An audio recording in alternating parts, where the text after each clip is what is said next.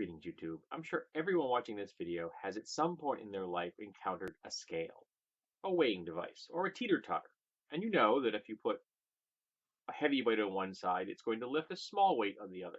And for the thing to be perfectly balanced, the weights must be the same, either in actual case or because you've moved one weight up and down the bar.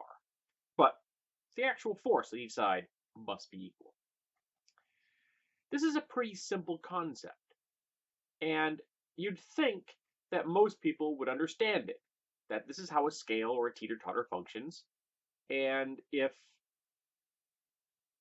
it isn't balanced, you're not going to be level.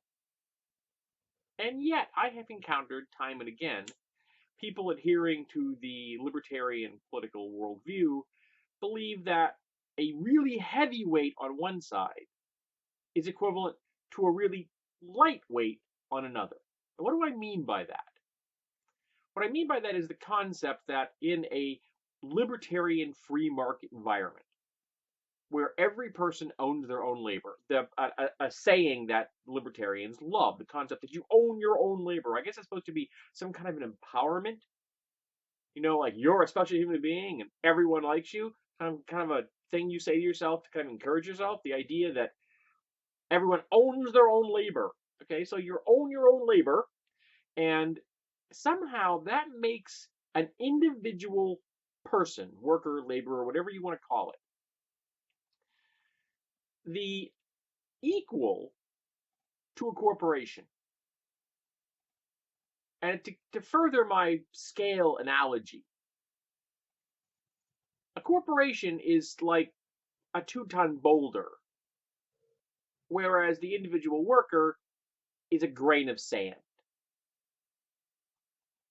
Now realize that in a libertarian free market environment, right to work is the means. There are no unions at all. Organized labor would be illegal. There's low to no regulation. And corporations can have pretty much any amount of control they want.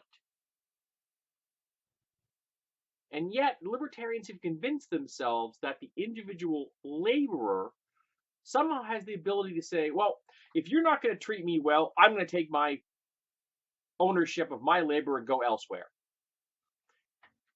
Where?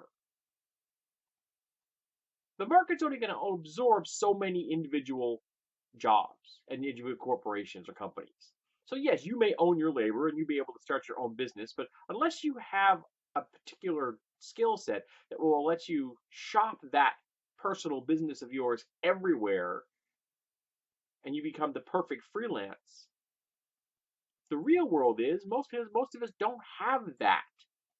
Your average guy who currently works in construction or works in a factory has a mortgage, a house, parents that need them in the area, or siblings that need them in the area for support, not necessarily financial, but for familial support. Help them with child care, help them with taking care of problems, help their parents out because they're getting older. You are not liquid. Labor is not liquid while capital is. Capital can flow anywhere it wants to because it's just zeros and ones in some computer somewhere. Whereas your physical labor, your intellectual skill, is not as liquid. It's not as fungible. It can't just go anywhere it wants to. Capital can, labor can't. And this concept seems to be beyond some of the, all of the libertarians I've ever met. The idea that your labor must be used where the rubber meets the road. I work in a factory. My skill set is manufacturing. 33 years in manufacturing. I'm pretty darn good at it. And I've worked in a number of different fields over the years. But all of it in manufacturing. From making parts to inspecting parts, being in charge of small groups, to all the above at different degrees and different mixtures, to doing some light machine setups. I've done all kinds of things. But I need a place to do those things. I need a building, I need a business, I need somewhere near where I work. That means that corporations have control over my life. Corporations have control over everyone's life, like it or not. Very few of us can be free, can own our labor and take it where we want, when we want. There are people who can. I have a friend, Scott Wegner, who does comic books. He physically doesn't have to be anywhere in particular to do this job. He believes he lives in Virginia now. He used to live in New Hampshire. They live in New York. Where he lives is far less important because his job is self-contained. He can do his whole gig right in one room, transmitting all of his information to where it has to go, his artwork, digitally. But most of us don't have that option. My wife works in an office. She might or might not be able to do that remotely, but they want an office environment, and that's how it functions. Her labor is more mobile than mine, but not as mobile as my friend Scott's. So what do people who, like me, can't just move our labor? Remember, capitalism depends on three things: the exploitation of workers, the concentration of wealth, and poverty. Now, why do I say this? Well, unless you have exploitation of workers, you don't have a profit. Good corporations make that exploitation have a candy coating to it. People want to work for that company because they're treated well. But make no bones about it, their labor is being exploited to make a profit for the company. Bad corporations are honest about it and treat their workers like they're absolutely disposable and replaceable robots. Push, pull, click, click, get a new employee. They're the least expensive robots available in the market today. And when the robots physically become less expensive, the humans are gone. And the humans know this, at least the smart ones. Second, the concentration of wealth. That's the goal of capitalism, to get as much as you can under your control as possible. Market share, patents, money, power, influence. And with this, it's a feedback loop. The more money you have, the more power you have. The more power you have, the more money you have. The more money you have, the more power you have. It just keeps going around and around until we end up in the situation where we have now, where corporations, which are extranational, can have influence on businesses and of their competitors and on the citizens and on nations all over the world, and they themselves are not located really anywhere or wherever the best tax breaks are. And lastly, poverty. Poverty is the stick. Poverty is the threat.